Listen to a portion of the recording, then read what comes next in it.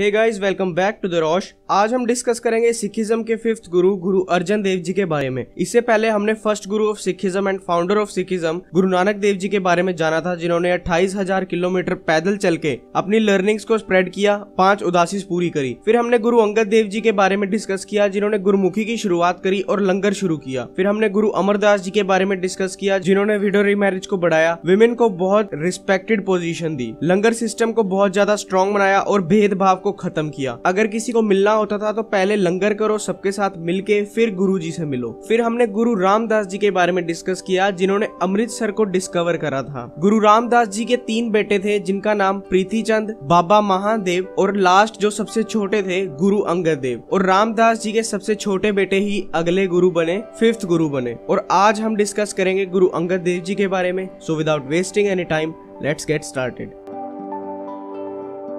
गुरु अंगद देव जी का जन्म 15 अप्रैल 1563 को गोंदवाल में हुआ था। गुरु अंगद देव जी की शादी माता गंगा से हुई। तो जो मिडिल सन था गुरु रामदास जी का, जिनका नाम महादेव था, उन्होंने कहा कि मुझे कुछ नहीं चाहिए और वह संत हो गए। तो गुरु रामदास जी ने बहुत ज्यादा सोच समझ के अपने छोटे बेटे गुरु अर्जन देव जी को अगला गुरु चुना, क्योंकि उनमें वो क्वालिटी थी और वह बचपन से ही ट्रेनिंग ले रहे थे और नॉलेज गेन कर रहे थे। और 18 साल की उम्र में ही उन्हें गद्दी प्राप्त हुई। लेकिन ये सब देखते हुए जो बड़ा बेटा था प्रीति चंद, वह जलने लगा। उसने बहुत सी कोशिशें करी गद्दी लेने के लिए। प्रीति चंद ने सोचा कि कोई बात नहीं, अगर मुझे गद्दी नहीं मिली तो मेरे बेटे को मिलेगी, मेरा बेटा मेहरबान अगला गुरु बनेगा। उस टाइम गुरु अर्जन देव जी का कोई बेटा नहीं था। तो माता गंगा जी ने पूछा कि अब क्या किया जाए। गुरु अर्जन देव जी ने कहा कि बाबा बुड्ढा से मिलो और उनका आशीर्वाद लो। बाबा बुड्ढा भी एक डिसाइपल थे गुरु अर्जन देव जी के। तो माता गंगा जी बहुत अच्छा खाना बना के गई और वहाँ पे बाबा बुड्ढा ने उन्हें आशीर्वाद देने से रिफ्यूज कर दिया। माता गंगा वापस आई और गुरु अर्जन देव जी से कहा कि बाबा बुड्ढा ने मना कर दिया आशीर्वाद देने से। तब गुरु अर्जन देव जी ने कहा कि इस बार पैदल जाना और सिंपल सा खाना लेके जाना। तो माता गंगा जी फिर बहुत सादा खाना लेके गई, रोटी के साथ प्याज लेके गई। और बाबा बुड्ढा बहुत खुश हुए और उन्होंने आशीर्वाद दिया। उन्होंने जब प्याज को काटा तो उसका जो सेंटर पार्ट होता है वो निकल के गिरा। और बाबा बुड्ढा ने कहा कि ऐसे ही आपका बेटा दुश्मनों को खत्म करेगा। और 1595 में गुरु अर्जन देव जी का बेटा हुआ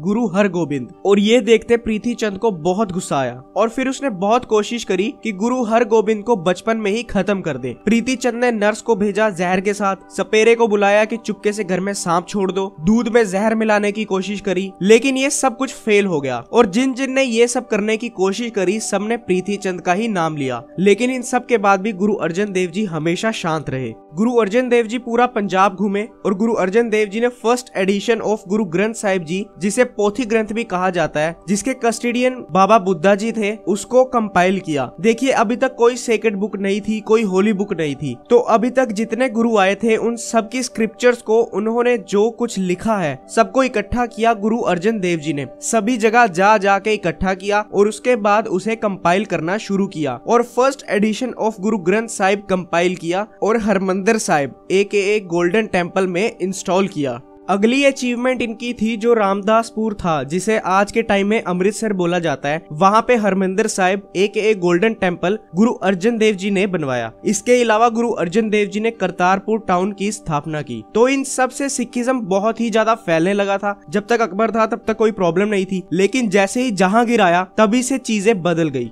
जहांगीर अकबर का ही बेटा था। जहांगीर कोई बहुत बड़ा एम्परर नहीं था, वो बस एवरेज था, कोई मोरालिटी नहीं थी, शराब पीता था, नशे में रहता था। तो यहाँ पे जो बड़ा बेटा था खुसरो मिर्जा जहांगीर का, उसने रेबेल किया जहांगीर के खिलाफ और यहाँ गद्दी के लिए जंग छिड़ गई। तो जब गुरु अर्जन देव जी ने यहाँ विजिट किया था, तब गुरु अर्जन देव जी ने केसरी रंग का टीका लगा दिया। तो यहाँ आशीर्वाद गुरु अर्जन देव जी का खुसरो मिर्जा के साथ था और यहाँ से प्रॉब्लम शुरू हुई। जहांगीर पागल हो गया। गुरु अर्जन देव जी को बुलाया गया और उनको लाहौर के फोर्ट में बंद कर दिया गया। जहांगीर ने ये कहा कि जान बख्शनी है तो 2 लाख रुपए दो। उसके बाद कहा कि इस्लाम धर्म में कन्वर्ट हो जाओ और जो भी चीजें हैं आपके ग्रंथ में जो हमें ऑफेंड कर रही हैं उसे हटा दो। गुरु अर्जन देव जी ने भी बहुत पोलाइटली रिफ्यूज कर दिया। तो यहाँ पे गुरु अर्जन देव जी जाने से पहले ही गुरु हरगोबिंद जी को अगला गुरु बना चुके थे, क्योंकि गुरु अर्जन देव जी को पता था क्या होने वाला है। तो जहांगीर ने ऐसे लोग अपॉइंट कर रखे थे जो जहांगीर के कान भरते थे। अब जहांगीर जहांगीर भी उनकी बातों में विश्वास करता था क्योंकि वो काम का कच्चा था। तो जहांगीर को सब ब्रेन वॉश करते थे और जहांगीर सबकी बातों में आ गया और उससे कहा गया गुरु अर्जन देव जी तो काफिर है, उसे खत्म कर दो।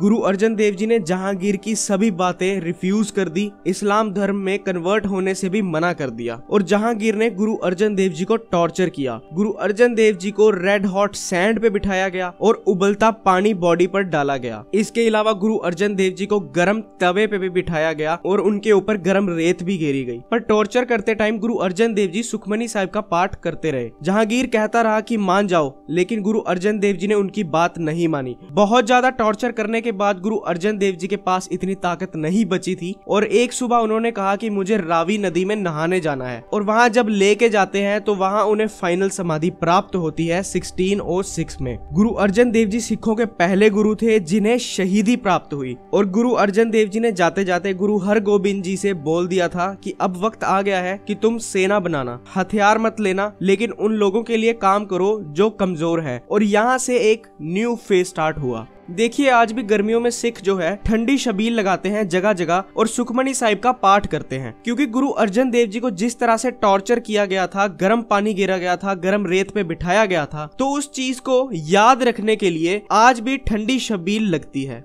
I hope you guys like this video. If you are new to this channel, then please subscribe and hit the bell icon to get the instant notifications.